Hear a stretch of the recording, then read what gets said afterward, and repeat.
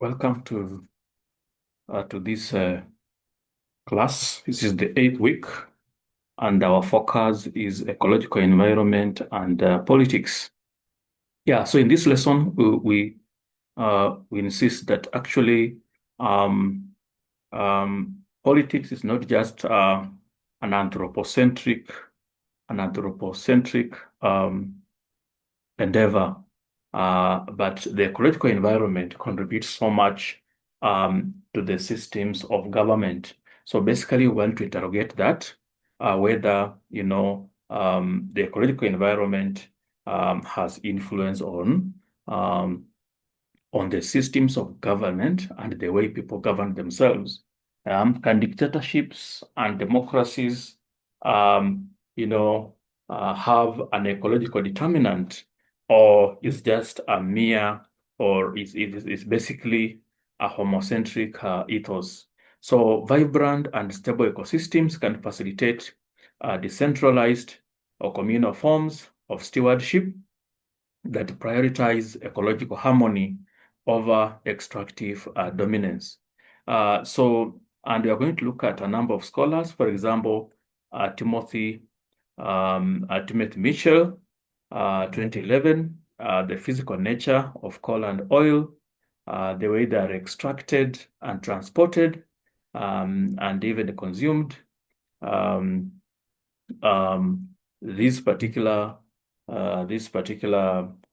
extraction, the way it is done, that it influences autocratic petrostates, that perhaps even countries like Saudi Arabia and Middle Eastern countries where there is out of oil, there is a way in which, the oil contributes to the autocratic regimes we find there. That's what Bishop is trying to suggest. So political agency is not purely ideological, but deeply embedded in the socio-technical arrangements of the arts resources, of the arts resources, um, of the arts resources. So, we move on. So political agency is not just ideological, but the arts resources, yeah, contribute so much in the systems of government that we experience. That's according to Michel. So what are our expected learning outcomes? I evaluate Michel's theory of carbon democracy to explain how the physical properties and transit routes of fossil fuels determine the viability of labor strikes and the formation of democratic versus autocratic infrastructure. Analyze Jared Diamond's theory to show how domesticable flora and fauna and the continental access influence the long-term political centralized systems. Says how the arid surveillance heavy landscape of Libya in Hisham Matters the Return functions as a tool of the Gaddafi dictatorship. Yeah. So our book here is Hisham Matters the Return, and how the ecological environment influences influences um, influences this system of government, then evaluate the relationship between the ecological setting and apartheid in South Africa in the fog of a season's end. But our major book in this particular topic is Matters the Return. So let's look at Michel's thesis. Yeah.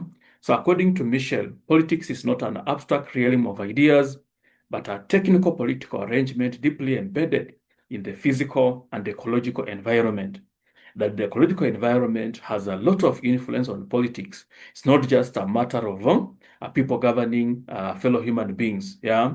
So the first element is the socio-technical assemblage. According to Michel, the political power is not purely human. Instead, it emerges from socio-technical assemblages where humans, technologies, and non-human actors like mosquitoes, carbon, and rivers are linked. That rivers, mosquitoes can affect the politics of a nation. Look at COVID, for example. Look at COVID.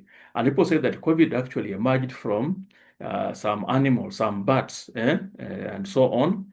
Um, and so the ecological environment, yeah, um, it it intersects, it affects, it affected, it can create diseases, there's a way it can, and those diseases can influence the politics. Look at what happened in Kenya, the way, when COVID arrived in Kenya, for example, look at how the politics was affected. Look at the United States, the way it was affected, and it actually led to it could be one of the major causes of the failure of Trump in that election, Donald Trump in that election, just because people felt that he did not manage COVID properly. And these are just things that emerge from the ecological environment. If a disease emerges from water, for example, it's a waterborne disease, it can affect people such that at the end, these people will change their politics just because of a certain disease. So politics is not an abstract idea. Yeah, it is not an abstract idea, but it's linked to the ecological environment. And Mitchell poses the question, can the mosquito speak? So according to Mitchell, the malaria-carrying Anopheles mosquito intervened in the Egyptian politics by disrupting the economy and forcing the state to adopt new forms of medical and social control.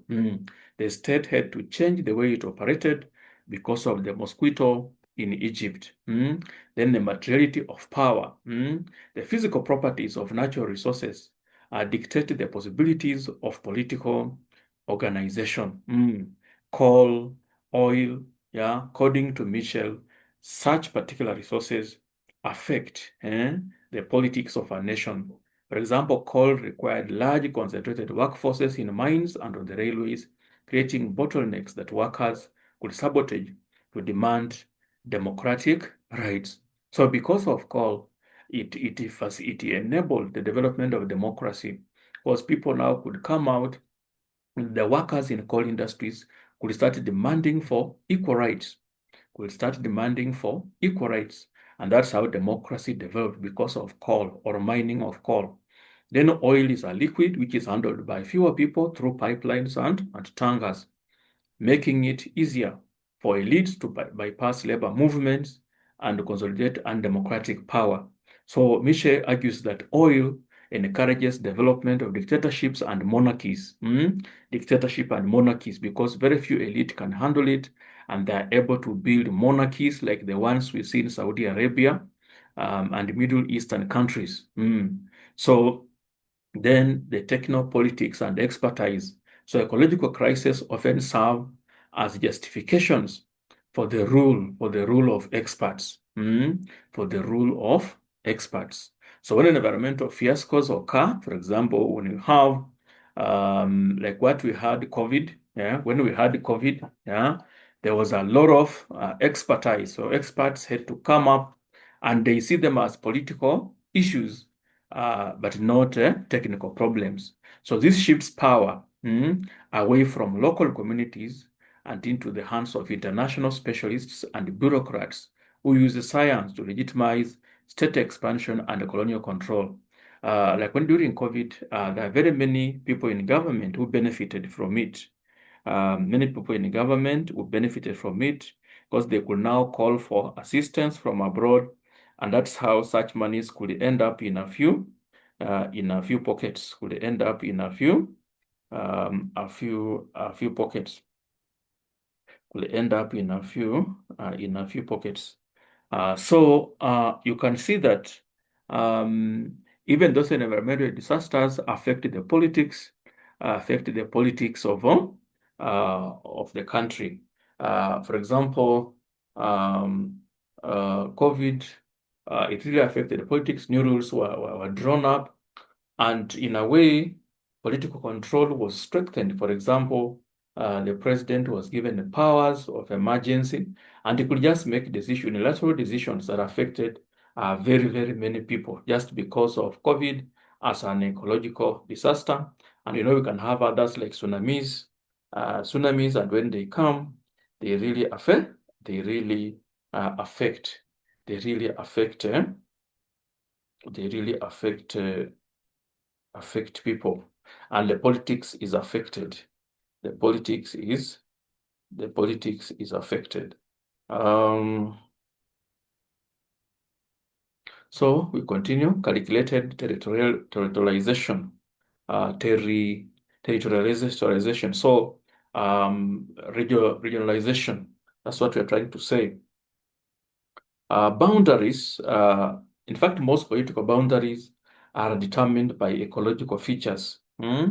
Most political boundaries are determined by ecological features. So states use ecological management, such as irrigation systems, forest conservation, and mapping to render the environment calculable. So by measuring and grid coding the land, the state transforms complex local ecosystems into simplified administrative spaces. This process often marginalizes local knowledge and indigenous political structures in favor of centralized state authority.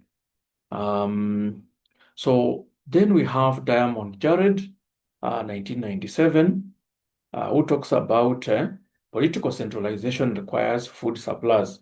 That for us to have a political organization, we must have food surplus. Regions with high protein, storable wild grains, allowed societies to transition from egalitarian bands to stratified hierarchies. So because grain is easy to tax and store, it enabled a professional administrative class to manage the distribution effectively, birthing the state. So where there were grains, he says that the state came up very easily because it had something to tax. But in a place where people are nomads, they just move from one place to another. It was not easy to have a state, because these people are just migrants. They're just mobile, moving with the cattle from one place to another. And that's why even in nations like Somalia, it has been very difficult to have a state, because of the culture of immigration from one place to another. So the economic activities determined by the ecological environment also contribute to the political organization. But where people grow grains, they must have farms where they farm. So most of them become settler communities. And it's very easy for such a place to have a political state. Then domestication of large mammals and military power. So the presence of the major five, the cow, the sheep, the goat, pig, and horse in Europe, for example, provided massive energetic advantage. Animals like horses revolutionized warfare and political expansion, allowing small um, political entities to consolidate into large empires. So the horse, for example, was used in wars, and most knights, K-N-I-G-H-T, most knights were able to conquer neighboring communities because of the horse. And the horse is an ecological feature. The horse is an ecological feature. Then germs as agents of political collapse. So these are just diseases. Yeah, so diseases played a very important role in the destruction of empires like the Aztec and the Inca empires. They collapsed because of diseases. And this allowed European countries to move and conquer very many territories. So, and the germs or diseases emerge from the ecological environment. And then feedback loop of writing and technology. That writing was an art which established very many political entities. But most of these writers were paid by being given food, for example. So Jared argues that the presence of food from the natural environment was very, very important, in paying writers to enable political propaganda, which was a tool for statecraft to build powerful political empires out of writing, and they were paid through food. And this is a food that came from the ecological environment. So what are some of the ecological elements? How does the ecological features affect politics? How do ecological features affect politics? In Diamond Jared's Matters the Return.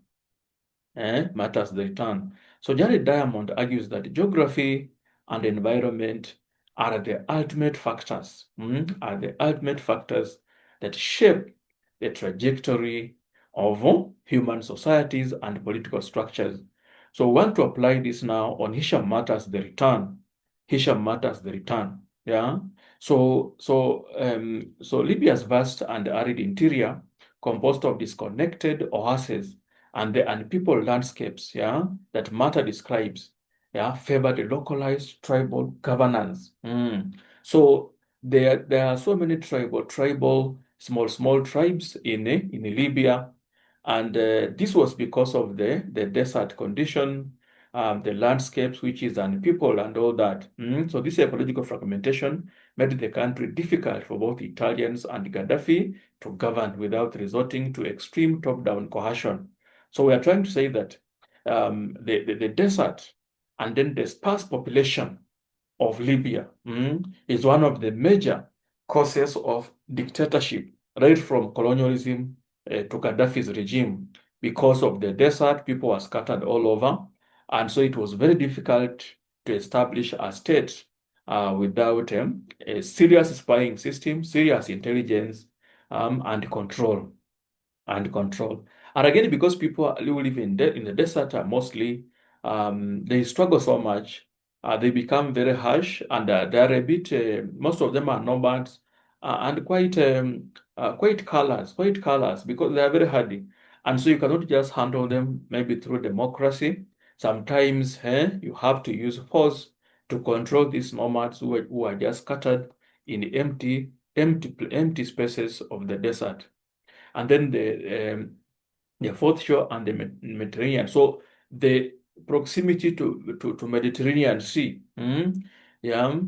So Libya's position on the Mediterranean coast made it ecologically attractive to Italy. So the reason why it was easily colonized by Italy is because of its nearness to Mediterranean Sea.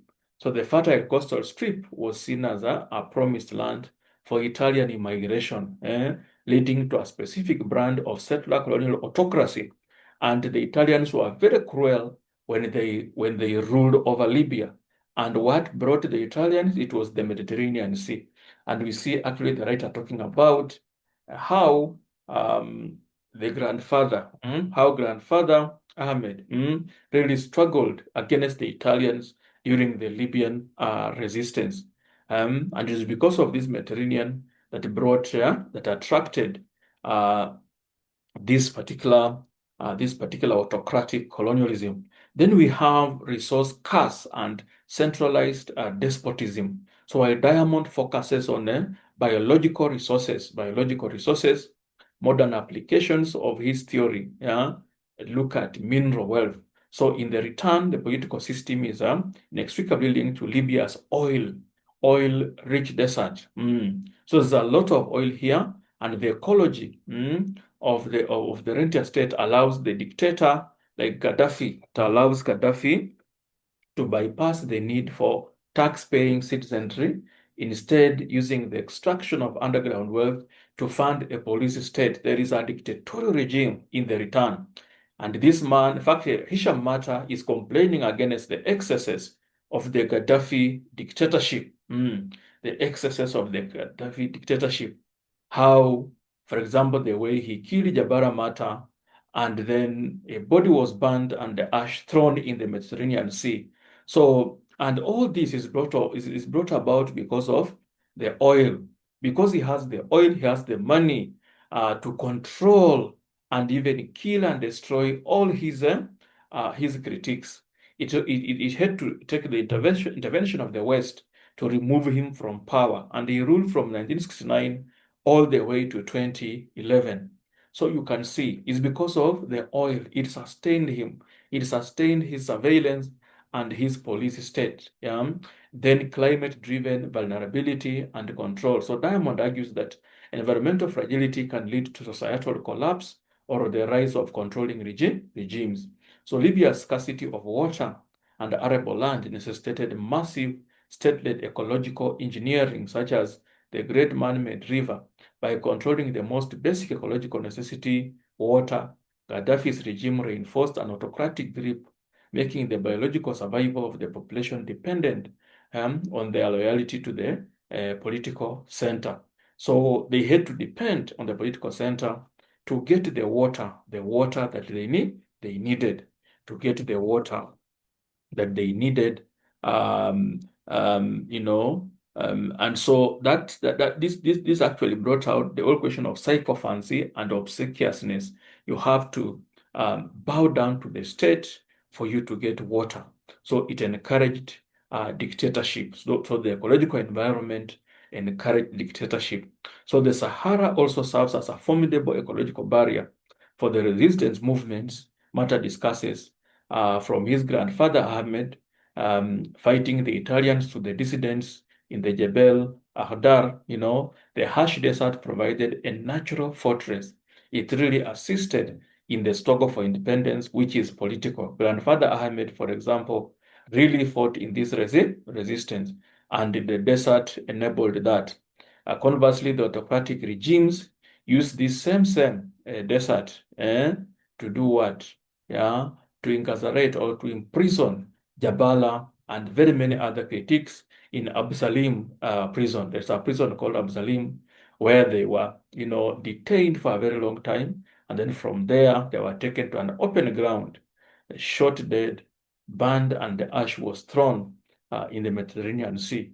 So this kind of desert conditions also, were able to sustain the regime, So from this, we actually see that the ecological environment determines, the autocratic system we see in Libya.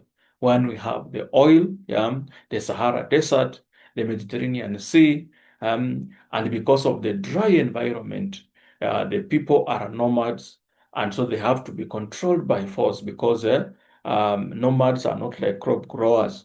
Now, crop grower will take time to tend the crop, to take good care of it, to nurture it. So most people grow crops that are very nurturing and very courteous. But in nomads, they have to walk in the desert, long distances looking for water. They have to walk in the sun, which is very hot. We have heat stress, which affects even their mental health. And most of them get dehumanized. And so it's very easy for leaders to use strong hands to handle to handle people who are very what? To handle people who have been hardened by life. So that's our lesson today. So listen to the video, take notes, and ensure you read the return. You can see it's in the two units. So read it, and I wish you well, even as you prepare, for your presentations and forthcoming examinations. So this is week 8, and we are moving to week 9. So we just have 2 topics. We will finish and then finish up the assignments and prepare for exams. I wish you well. Thank you.